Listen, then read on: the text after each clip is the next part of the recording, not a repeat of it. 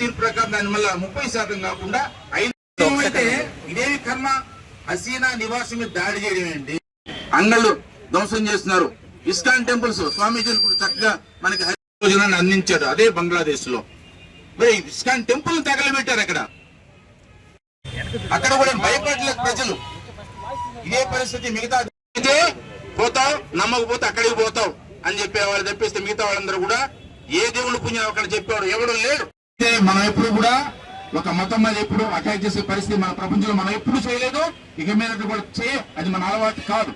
అయితే రావణాసుడు ఏ మతం? శివభక్తుడు. వదిలేరా?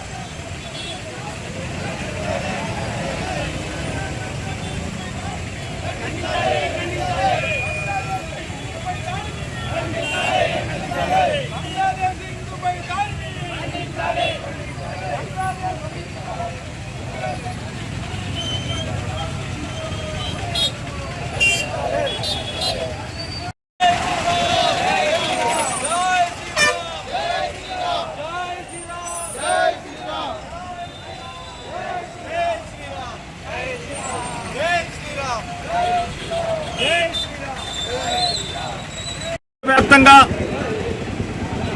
గమనిస్తూ ఉన్నారు.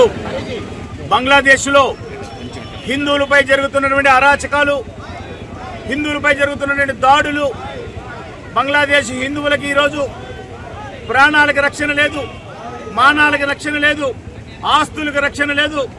ఇంత జరుగుతున్నప్పటికి కూడా ఈ దేశంలో సెక్యులరిస్టులు చెప్పుకునే వాళ్ళు, ఈ దేశంలో జై పాలస్తీనా అని చెప్పి ఊరేగింపు చేసిన వాళ్ళు, వాళ్ళందరూ కూడా నోర్లు మోగపోయినాయి.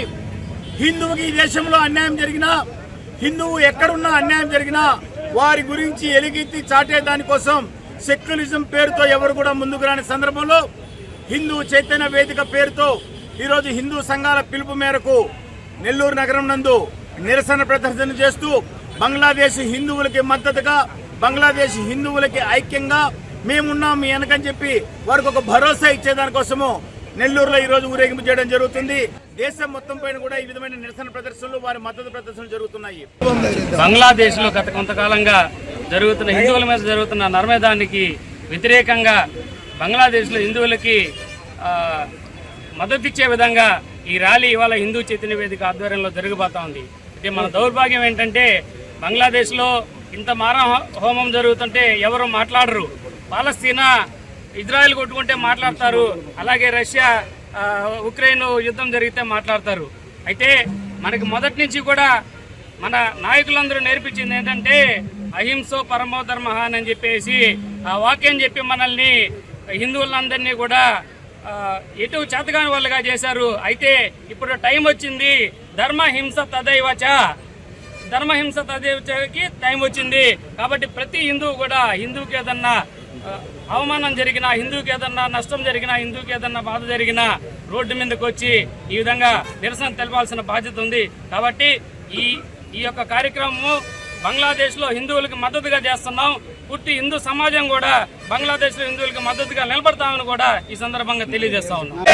ఏదైతే బంగ్లాదేశ్లో హిందూ బంధువులపై, హిందూ సోదరీమణులపై జరుగుతున్నటువంటి దమనకాండని నిరసిస్తూ ఈరోజు హిందువులంతా ఐక్యంగా వారికి మేమున్నామన్నటువంటి సంఘీభావాన్ని తెలియజేస్తూ వారిలో మనోధైర్యాన్ని కలిగించేంత ఒక ప్రయత్నంలో భాగంగా ఈరోజు నెల్లూరు నగరంలో హిందూ చైతన్య వేదిక ఆధ్వర్యంలో అన్ని హిందూ సంఘాల సమన్వయంతో ఈరోజు నిరసన ర్యాలీని హిందూ ఐక్యతా ర్యాలీ పేరుతో నిర్వహిస్తా ఉన్నాం.